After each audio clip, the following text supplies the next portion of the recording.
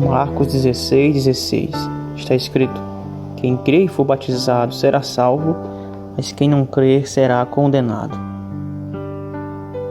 Vemos aqui, irmãos, que a única maneira de não sermos condenados é aceitando ao Senhor Jesus Cristo, é crendo nele para ser salvo. Em João 3,18 diz: quem crer nele não será condenado. Louvado seja Deus. Nós precisamos verdadeiramente crer nele. E quando você pergunta para algumas pessoas, a maioria delas, você pergunta se elas creem em Jesus, a maioria vai dizer que crê. Porque as pessoas não entendem o que é crer em Jesus. A própria Bíblia diz que o diabo crê, que estremece. Tiago 2,19. Mas quando a Bíblia diz que nós devemos crer em Jesus, ela não está dizendo que nós devemos acreditar apenas que existe um Deus soberano, criador, que enviou seu Filho para morrer em nosso lugar. Isso não é suficiente para nós sermos salvos. Crer na existência de Deus não é suficiente para ser salvo, pois o próprio diabo, ele crê que estremece. E ele não é salvo, ele está condenado. Mas a Bíblia não diz que quem crê nele não será condenado? E Tiago 2,19 diz que o diabo crê, os demônios creem que estremece. Mas eles creem não como deve se crer, como a Bíblia pede para crer. A Bíblia pede para crer, quando está falando crer, está falando em obediência, em submissão, submeter, se sujeitar à vontade de Deus.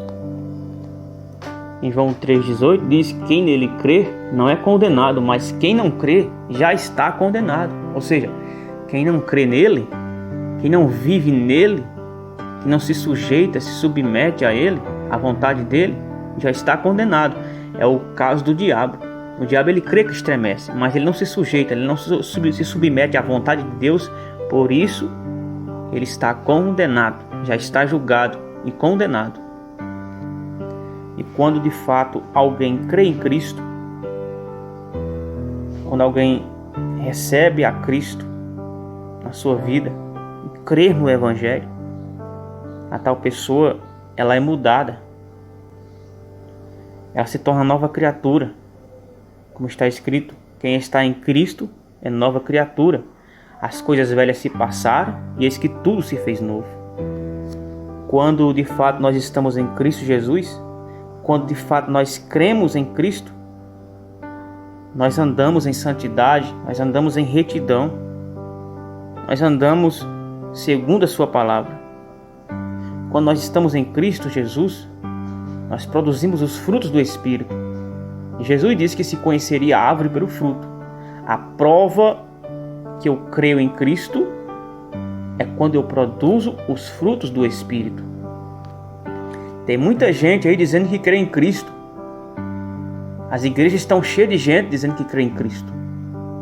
O próprio Jesus disse que nem todo que me diz Senhor, Senhor, entrará no reino dos céus, mas unicamente aquele que faz a vontade do meu Pai que está no céu.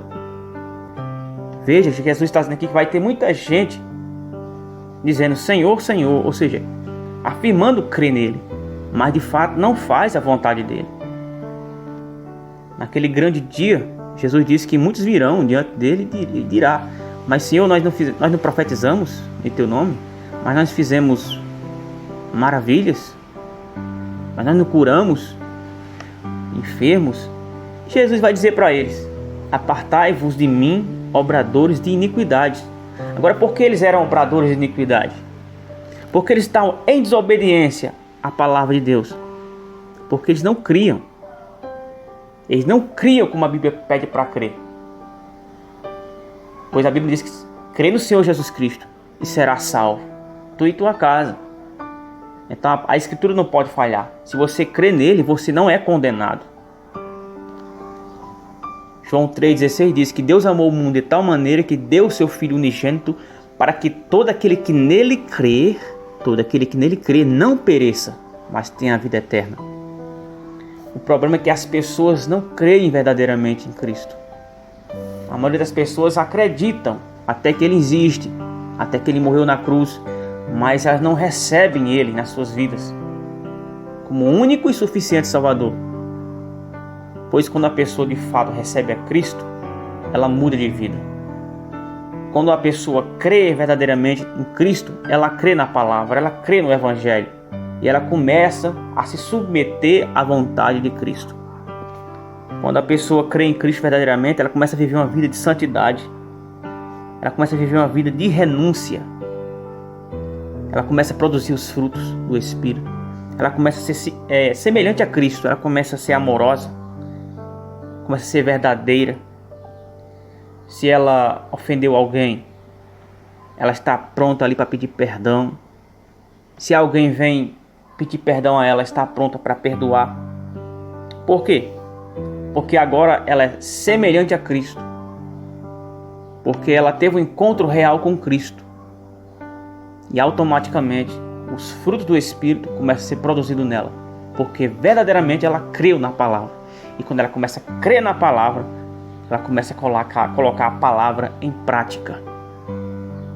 Então, crer em Cristo, irmãos, é viver para Cristo. Como Paulo disse, já não sou eu que vivo, mas Cristo vive em mim. Crer em Cristo é se submeter à palavra dele, é se submeter ao que ele falou. Crer em Cristo é renunciar aos seus próprios desejos, às suas próprias vontades, para se submeter à vontade dele. Crer em Cristo é renunciar ao mundo para fazer a vontade dele. Isso é crer em Cristo. Não é apenas acreditar que ele existe, mas é se submeter à sua palavra, é zerar a sua própria vontade para que a vontade dele se estabeleça em você. Que Deus te abençoe, em nome do Senhor Jesus Cristo.